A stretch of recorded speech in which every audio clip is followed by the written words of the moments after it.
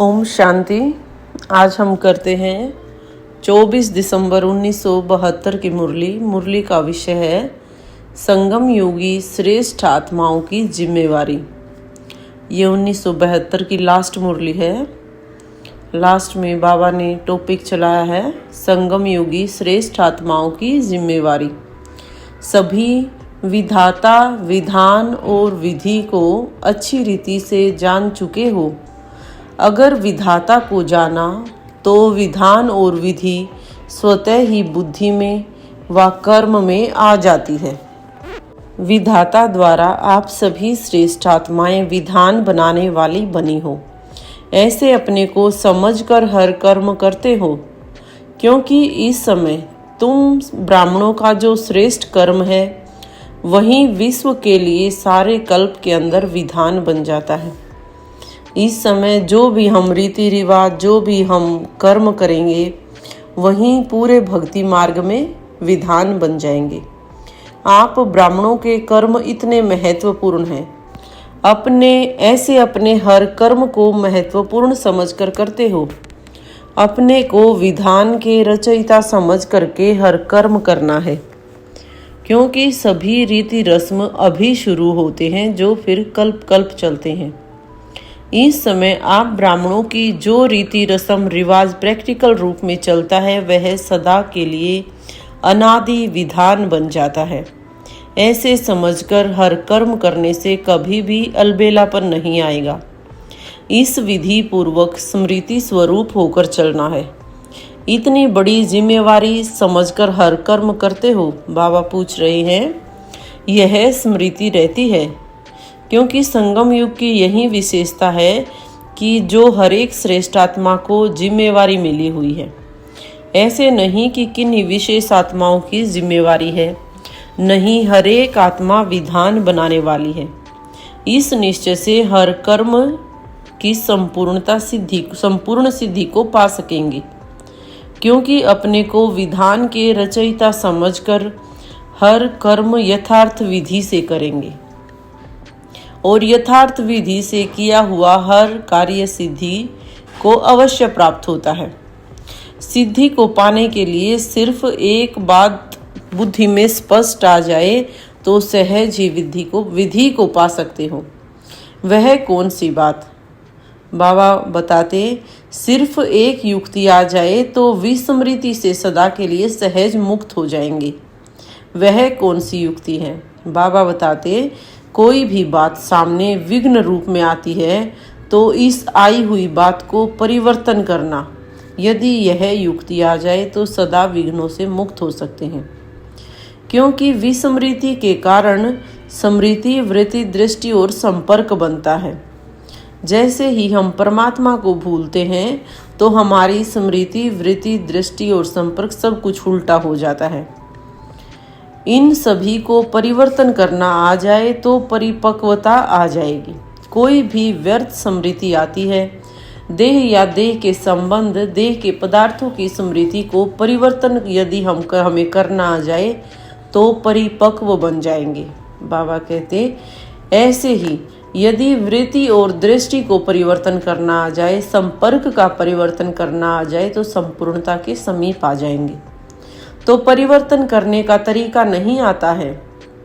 बाबा कहते हैं, देह की दृष्टि के बजाय देही की दृष्टि परिवर्तन करना। जैसे अभी तक हम शरीरों को देखते हैं उसी हिसाब से हमारा हर कर्म होता है। तो देह की जगह यदि देही, इस देह की मालिक जो आत्मा है, उसकी दृष्टि से हम सबको देखें, आत्मिक दृष्टि से, और व्यक्त संपर्क को अव्यक्त अलौकिक संपर्क में परिवर्तन करना। जैसे ही हमारी आत्मिक दृष्टि होगी तो संपर्क भी हमारा अलौकिक हो जाएगा, क्योंकि जब हम खुद को आत्मा समझते हैं तो उस परमात्मा की सभी आत्माएं भाई भाई होते हैं और भाई भाई की दृष्टि से ही हम सभी को देखते हैं। इसी में एक कमी होने के कारण संपूर्ण स्टेज को पा नहीं सकते हैं। तो देखना चाहिए कि प्रकृति में भी परिवर्तन करने की कितनी शक्ति है। साइंस प्रकृति की शक्ति बताई बाबा ने। जब प्रकृति की शक्ति साइंस वस्तु को 1 सेकंड में परिवर्तन कर सकती है, गर्म को ठंडा कर सकती, ठंडे को गर्म बना सकती है। ये सब साइंस की शक्ति है कि गर्म वातावरण को शीतल और शीतल वातावरण को गर्म बना देती है। प्रकृति की पावर वस्तु को परिवर्तन कर सकती है। तो परमात्मा शक्ति या श्रेष्ठ आत्माओं की शक्ति अपनी दृष्टि वृत्ति को परिवर्तन नहीं कर सकती, और यही हमारी वृत्ति दृष्टि ही हमारे लिए विघ्न रूप बन जाती है। तो बाबा कहते हैं कि जब आपकी रचना अर्थात प्रकृति में इतनी शक्ति है, तो आप सभी तो मास्टर रचयिता बच्चे हो ना।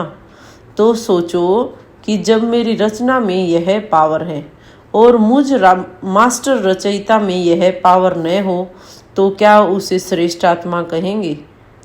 आज प्रकृति की पावर एक सेकंड में जो चाहे वह प्रैक्टिकल में करके दिखाती है। इसीलिए बाबा कहते हैं आज की भटकी हुई आत्माएं परमात्मा शक्ति, ईश्वरीय शक्ति या साइलेंस की शक्ति को भी प्रैक्टिकल सबूत प्रमाण के रूप में देखना चाहते हैं। तो उसके लिए बाबा ने कहा कोई उपकार करे, आप एक सेकंड में अपकार को उपकार में परिवर्तन कर दो। कोई अपने संस्कार या स्वभाव के रूप में आपके सामने परीक्षा के रूप में आए, लेकिन आप सेकंड में अपने श्रेष्ठ संस्कार एक की स्मृति से, परमात्मा की स्मृति से ऐसी आत्मा के प्रति भी रहम दिल के संस्कार या स्वभाव धारण कर सकते हो। कोई भी देहधारी किसी भी दृष्टि से आपके सामने आए, लेकिन आप एक सेकंड में उनकी दृष्टि को आत्मिक दृष्टि में परिवर्तन कर दो। कोई गिराने की वृत्ति से आए या संगदोष में लाने की कोशिश करे, तो आप अपने श्रेष्ठ संग के आधार से उसको भी संग दोष से निकाल श्रेष्ठ संग में लगाने वाले बना दो। ऐसी परिवर्तन करने की युक्ति आने से कभी भी विघ्नों में हार नहीं खाएंगे।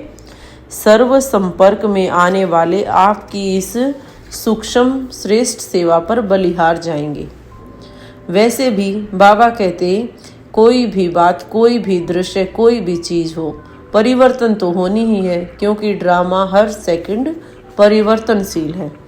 लेकिन जैसे लोगों को कहते हो कि विनाश तो होना ही है, मुक्ति धाम में तो सभी को जाना ही है, लेकिन अगर विनाश से पहले ज्ञान योग के आधार से विकर्म विनाश कर देंगे तो सजाओं से छूट जाएंगे। जाना तो है ही, फिर जो करेगा वो पाएगा। इस प्रकार से हर बात परिवर्तन होनी है, लेकिन जिस समय आपके सामने वह बात विघ्न रूप बन जाती है, तो यदि आप उसे अपनी शक्ति से एक सेकंड में परिवर्तन कर दो, तो उस परिवर्तन शक्ति का जो पुरुषार्थ का फल है वो आपको प्राप्त हो जाएगा। यदि हम किसी भी बात को समय के ऊपर छोड़ देते हैं कि समय परिवर्तन करेगा, तो उसका फल समय को मिलेगा। यदि हम अपनी शक्ति के आधार पर परिवर्तन करते हैं तो उसका फल हमें मिलेगा। ये बाबा हमें समझाना चाहते हैं। तो बाबा कहते आगे, जो करेगा वो पाएगा, जितना करेगा उतना पाएगा। तो आज एक छोटी सी मशीनरी चीज को कितना परिवर्तन कर देती है। बिल्कुल बेकार चीज को भी काम वाली बना देती, काम पुरानी को नया बना देती है। तो आपकी सर्वश्रेष्ठ शक्ति की सूक्ष्म मशीनरी अपनी वृत्ति दृष्टि और दूसरों की वृत्ति दृष्टि को परिवर्तन नहीं कर सकती है। फिर यह कभी भी मुख से नहीं निकलेगा कि यह हुआ। कोई बहाना नहीं लगाएंगे, यह भी बहाने हैं। अपने आप को सेफ रखने के लिए हमारे पास भिन्न भिन्न बहाने होते हैं।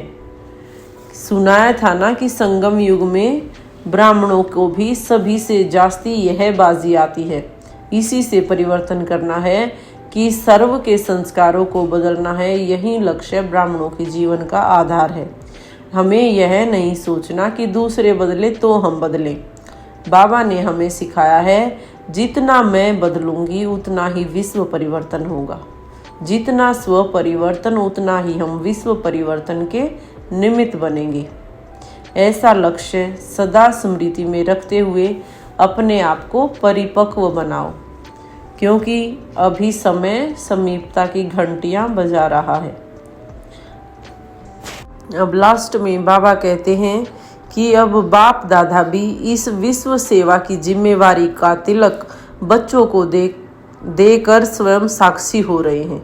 साक्षी है ना, बाबा साथ होते हुए भी साक्षी हैं। तो यह अव्यक्त रूप का मिलन व्यक्त द्वारा भी कब तक होगा, अर्थात बच्चे जल्दी जल्दी संपूर्ण हो तो सारा ड्रामा चेंज हो। कोई भी पार्ट सदा एक जैसे नहीं चलता, बदलता है आगे बढ़ने के लिए। तो अब बाप दादा विशेष व्यक्त रूप में अव्यक्त मुलाकात करने का सहज वरदान दे रहे हैं। बाबा व्यक्त रूप में अव्यक्त मुलाकात, अव्यक्त बाप दादा मिलन करने का सहज वरदान दे रहे हैं। इस नए वर्ष के पहले मास को विशेष वरदान है। ड्रामा प्लान अनुसार जो अव्यक्त स्थिति का बाप से मीठी मीठी रूह रिहान करने का पुरुषार्थ करेगा, उस पुरुषार्थी आत्मा को या लगन लगाने वाली आत्मा को, सच्चे दिल से बाप से प्राप्ति कराने वाली आत्मा को सहज ही वरदान के रूप में अव्यक्ति अनोखे अनुभव होंगे। तो अल्पकाल के मिलन के बजाय सदा काल के मिलन के अनुभवी बन जाएंगे। ऐसे अनुभव करेंगे जैसे बिल्कुल समीप सम्मुख मिलन मना रहे हैं। जितना हमारी अव्यक्त स्थिति होगी, जितना हम बाबा के समीप जाएंगे, तो हमें बिल्कुल सामने ऐसा मिलन अनुभव होगा कि सच्चे दिल से ऐसा अनुभव करेंगे जैसे बिल्कुल बाप के समीप और सम्मुख है। तो बाबा आगे समझाते हैं, इस नए वर्ष में हर एक की लगन के प्रमाण कई अलौकिक अनुभव हो सकते हैं। इसीलिए विघ्न विनाशक बन लगन में मगन रहना। विघ्न अनुभव नहीं होंगे, लेकिन विघ्न जो है विचित्र अनुभवी मूर्त बनाने के निमित्त बने हुए दिखाई देंगे। विघ्न भी एक खेल दिखाई देंगे। तो ये बाबा कहते कि स्वयं को परिवर्तन कर विश्व को परिवर्तन करने का विशेष वर्ष यह मनाओ। ये होमवर्क बाबा ने लास्ट की मुरली में दिया है अगले साल के लिए, कि स्वयं को परिवर्तन करके ही हम विश्व में परिवर्तन ला सकते हैं। ऐसे विधान, विधि और विधाता को जानने वाले तीव्र पुरुषार्थी, परिवर्तन करने वाले परिपक्व आत्माओं को बाप दादा का याद, प्यार और नमस्ते। हम रूहानी बच्चों की रूहानी माता पिता बाप दादा को याद, प्यार और नमस्ते। शुक्रिया बाबा, शुक्रिया। ये थी बाबा की 1972 की लास्ट मुरली, जिसमें बाबा ने बताया कि विधान, विधि और विधाता के रहस्य को समझो। जिसने विधाता को पहचान लिया, परमात्मा को पहचान लिया, वो उसी की श्रीमत अनुसार यदि हर विधि उसी विधि से, जैसा हमें श्रीमत मिली है उसी विधि से यदि हम कर्म करेंगे, तो हमारे कर्म अवश्य ही सिद्धि को प्राप्त होंगे और वहीं कल्प कल्प के लिए भक्ति मार्ग में विधान बन जाएगा। ऐसे हमें हर कर्म अलर्ट होके करना है, सचेत होके करना है, बाबा की याद में करना है। और जो जितना स्व परिवर्तन करेगा उतना ही विश्व परिवर्तन के निमित्त बनेगा। ये ज़रूरी बातें बाबा ने हमें समझाई। शुक्रिया बाबा। ओम शांति, ओम शांति, ओम शांति।